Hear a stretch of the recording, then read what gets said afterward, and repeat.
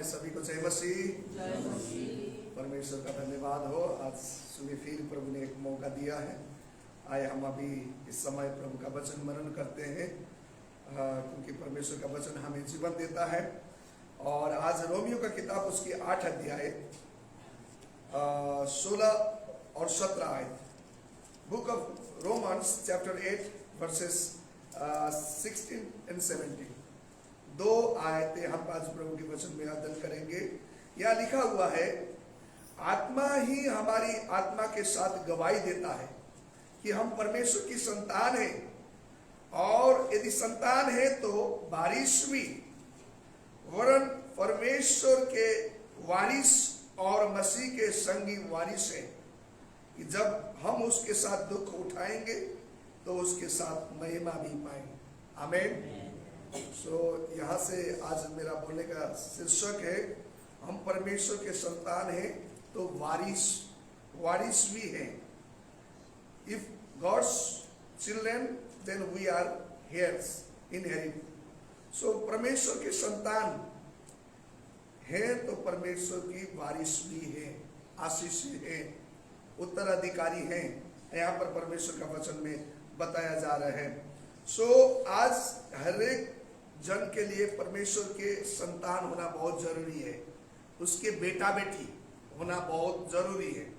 जब तक हम उसके बेटा और बेटी नहीं होते हैं तब तक हम परमेश्वर की वारिस नहीं हो सकते हैं। तो इसीलिए प्रभु परमेश्वर चाहता है कि हर एक इंसान परमेश्वर के बेटा बेटी कहलाना बहुत जरूरी है, उसके पुत्र होना, उसकी पुत्री होना बहुत जरूरी है। अभी उसके बेटा बेटी हम कैसे बन सकते हैं?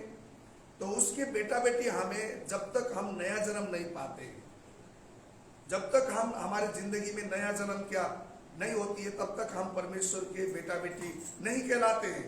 क्योंकि खुदा के वचन ऐसा कहता है, नया जन्म मतलब बहुत सारे हम लोग मसीह भाई बहन को नया जन्म का मतलब मालूम नहीं है। क्योंकि एक तो हम शारीरिक रूप में जन्म लिया है, ये माँ के गर्भ से शारीरिक रूप में जन्म लिया है, इसको बोलता है शारीरिक जन्म बोलता है।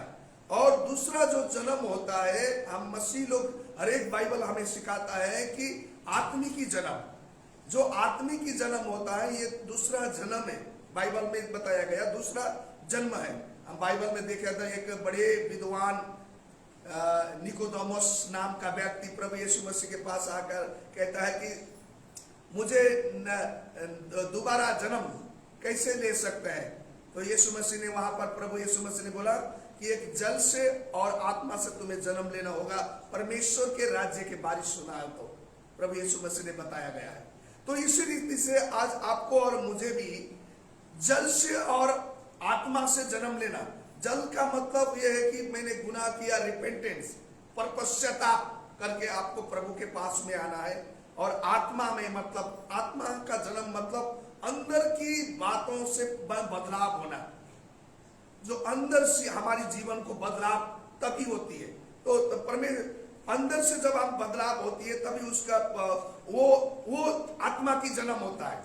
हम यदि अंदर से हमारी जीवन में इनर ट्रांसफॉर्मेशन नहीं हुआ है, अंदर से बदलाव नहीं है, तो फिर नया जन्म नहीं हुआ है हमारी। जल से तो बहुत सारे लोग बपतिस्मा लेते हैं, पानी से बपतिस्मा लेते हैं, लेकिन अंदर से बदलाव नहीं होती है। क्यों नहीं होती है? क्योंकि उन लोग ने नया जन्म के लिए परमेश्वर ने ये बोला कि तुम्हारी आत्मा से जन्म होना बहुत जरूरी है। इसलिए जब आत्मा से हम जन्म लेते हैं तो हम प्रभु यीशु मसीह के क्या करें, संतान कहला जाते हैं। जिन्होंने प्रभु यीशु मसीह को ग्रहण किया, विश्वास किया, उनकी नया जन्म हो जाती है और परमेश्वर का संतान बेटा बेटी कहलाती है। यूहन्ना 1:12 में 12 और 13 आयत में परमेश्वर का वचन घोषणा करता है। तो इसलिए आपको और मुझे नया जन्म पाना बहुत जरूरी है परमेश्वर के राज्य के बारिश होने के लिए। इसलिए हमें यह परमेश्वर का वचन कहता है कि यदि तुम संतान, परमेश्वर की संतान है, तो उसके वारिस भी है। वारिस का मतलब उसकी उत्तराधिकारी है, हम लोग बन जाते हैं। जैसे सपोज मान लीजिए एक बेटा और बाप ट्रेन स्टेशन के पास में खड़े हैं, और वहां पर बेटा ने बाप से सब कुछ मांगता है, मुझे कोका कोला पीना है, और कोका कोला पी लेता है, बाप दिला देता है उसको। और फिर उसको वहां पर एक छोटा सा बच्चा जो मांगने वाला भिखारी भी वहां पर है, बोलता है कि मुझे भी पापा, मुझे भी कोका कोला पीना है। तो वो उसको कोका कोला वो भी दे देता है। और फिर बाप बेटे बोलता है कि बाप मेरे को बिस्कुट खाना है, वो बिस्कुट दिला देता है, बेटे को वह बिस्कुट दिला देता है। फिर वो जो भिखारी बच्चा भी है वो भी बोलता है कि मुझे भी बिस्कुट खाना है, आप मेरे को दिला दो।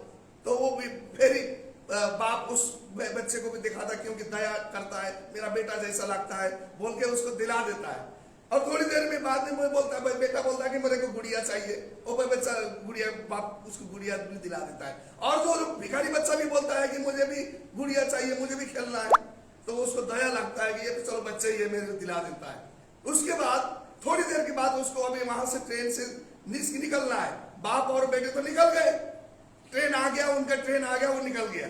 लेकिन जो बच्चा था, जो भिखारी, वो तो वो देखते रहा, वहीं पर रह गया, है ना, ऐसे ही रह गया। क्योंकि ऐसे ही बहुत सारे विश्वासी लोग मांगते रहते हैं, मुझे ये चाहिए वो चाहिए, लेकिन पिता उनको मतलब नहीं है कि उसके साथ संबंध नहीं बनाते, संबंध नहीं होता है। लेकिन बाप बेटे का रिश्ता है तो वो चले जाएंगे, स्वर्ग के बारिश हो जाएंगे, क्योंकि उनको पता है हमें वहां जाना है, मेरा बेटा है, मैं बेटा को लेके जाऊंगा। लेकिन भिखारी के बच्चा को तो लेके नहीं गया, क्योंकि वो भी उसका बच्चा नहीं है। लेकिन थोड़ी देर में उसने मांगता तो रहा, लेकिन उसने दे दिया दया करके। लेकिन बहुत सारे बच्चे विश्वासी लोग, दया करो मुझे, कृपा करो मुझे, दे दो, भिखारी की तरह, बच्चे की तरह तो हम मांगते हैं, वो मिलता भी है। लेकिन हमें परमेश्वर से संबंध हमारा क्या है, पहचान उनको मालूम नहीं होता है। इसके लिए बहुत सारे लोग दुखी हो जाते हैं, निराश हो जाते हैं, बहुत तकलीफ है। लेकिन बेटा सच्ची वास्तविकता क्या है कि उसको मालूम है कि हम बेटे हैं कि नहीं, परमेश्वर के बच्चे हैं कि नहीं। दुनिया में बहुत सारी ऐसी चीजें कि मांगते तो रहते हैं, लेकिन परमेश्वर के साथ संबंध नहीं बनाना चाहते। इसीलिए वो उसका बारिश, परमेश्वर के बेटे हैं तो हम बारिश हो जाते हैं, आशीषित हो जाते हैं। इसलिए हमें जानना है कि जो बिना विश्वास के प्रार्थना हमारे जीवन में काम नहीं करता है। और परमेश्वर की बातों पर शंका करने वाला बेटा कभी भी बाप को शंका नहीं करता है, वो हर समय भरोसा करता है, वो उसको भी मिल जाता है। और बहुत सारे लोग हम अयोग्य हैं, हम तो नहीं जानते हैं, ऐसी चीजों में बहुत फंसे रहते हैं, जिसकी वजह से बहुत दुखी हो जाते हैं। इसलिए हमें पिता कहकर पुकारने का अधिकार परमेश्वर ने हमें दे दिया है, तो हमें अब्बा पिता कहकर पुकारना चाहिए। रोमियो का किताब 8:15 में आप देखें तो वहां पर हमें एक अधिकार दिया खुदा ने कि हम बेटा है तो अब्बा पिता कहकर हमें पुकार सकते हैं परमेश्वर को। ये अधिकार हमें मिली गई है, हर एक को ये बातें अधिकार नहीं गई है, नहीं मिला है। इसलिए आपको और मुझे भी परमेश्वर ने एक बेटा और बेटी बनाया है, तो आप वारिस हैं, खुदा के आशीष वारिस हैं। खुदा के वचन में लिखा हुआ है कि तुम वारिस, यदि बेटा और बेटी है तो तुम खुदा के आशीष मानते हैं। सो हम आशीष मिलता है, लेकिन हम भिखारी बच्चे की तरह नहीं कि जैसे हम लोग मांगते तो रहे, लेकिन हमारा पिता से भी संबंध नहीं है। दया के कारण कुछ मिल भी जाए हम, लेकिन स्वर्ग नहीं जा सकता है, क्योंकि स्वर्ग जाने के लिए वो पता ही नहीं है, उसको मालूम ही नहीं है। इन दोनों बाप बेटा तो कहाँ जा रहे हैं उसको तो मालूम नहीं, लेकिन मांगता तो रहा, लेकिन वो दया करके उसको मिलता रहा। लेकिन उनको मालूम था कि हम तो जाने वाला है, उन लोग उसको मालूम नहीं था कि अरे ये लोग कहाँ जाने वाला कौन है, मालूम नहीं है। ऐसे ही हमारे जीवन में बहुत दफा हम लोग ऐसे ही चलो चर्च में आया गया, अब हमने मांगा हमें मिल गया, लेकिन हमारा नया जन्म हुआ ही नहीं है, हमारा भी हम विश्वास हम अंदर से बदले भी नहीं है।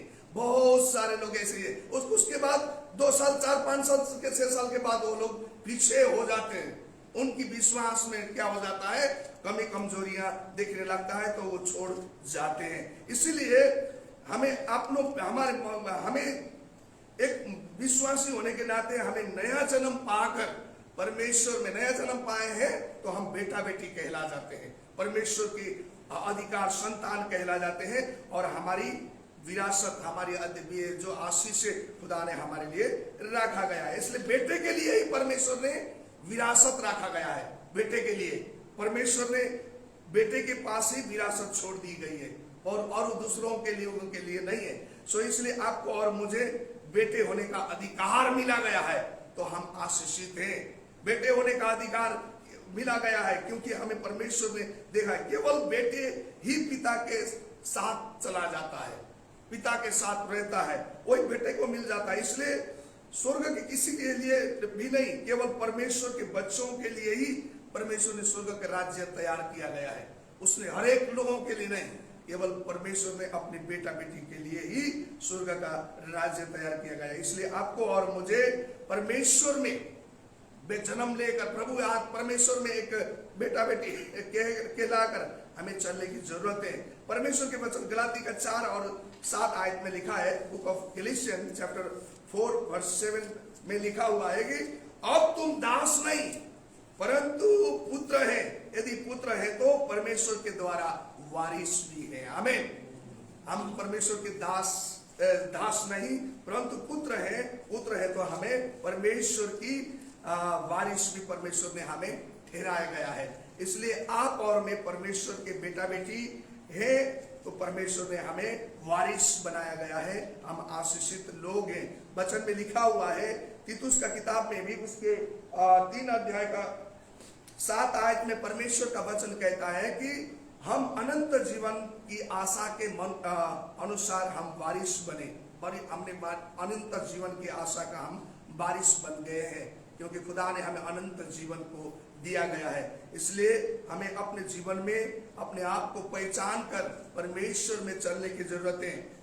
जब हम अपने आप को पहचान कर हम एक बेटे की तरह परमेश्वर में हम होकर चलते हैं, परमेश्वर आपकी हर एक जरूरतों को पूरा करेगा और आप स्वर्ग की वारिस होंगे। और इस धरती पे भी आपको सब मिलेगा, वो स्वर्ग में भी परमेश्वर हर चीजों की आपको देता है। क्योंकि एक बेटा जैसा गरीब बच्चा, जब मैंने उदाहरण दिया गया है, वो जब तक परमेश्वर अपने बाप को पहचानता नहीं है तब तक वो अब बदलता नहीं है, उसको मालूम नहीं पड़ता है। यदि गरीब बच्चा मानता है कि मेरे पिता राजा है तो उसकी पहचान कैसी हो जाती है? बेटा को वो मालूम हो जाता है कि मेरा पिता राजा है तो उसकी सारी जरूरतें जिंदगी बदल जाती है, उसकी पहचान बदल जाती है, उसकी हर एक जरूरतें वो विरासत में आ जाता है और उसकी भविष्य भी बदल जाती है। इसलिए एक विश्वासी भी अपने आप को नया जन्म पाया हुआ विश्वासी पाया हुआ चलता है और अपने आप को जानता है कि मैं मेरे परमेश्वर का बेटा बेटी हूँ, तो हर एक पर मुसीबतों में भी, दुख में भी, कष्ट में भी उसका रिश्ता परमेश्वर से बने रहता है। ठीक उसी तरह आप और मैं भी यदि परमेश्वर के बच्चे हैं, परमेश्वर के बेटा बेटी हैं, जैसे भी मुसीबत आएगा, जैसे भी तकलीफें आएगी, कष्ट भी आएगी, आप बने रहते हैं तो स्वर्ग के वारिस आप हैं, आशीषित बच्चे आप हैं और परमेश्वर आपको कभी भी नहीं छोड़ेगा और कभी भी नहीं त्यागेगा। ये परमेश्वर का वादा है और इस वचन के द्वारा परमेश्वर हम सबको आशीष दे। आमीन। सो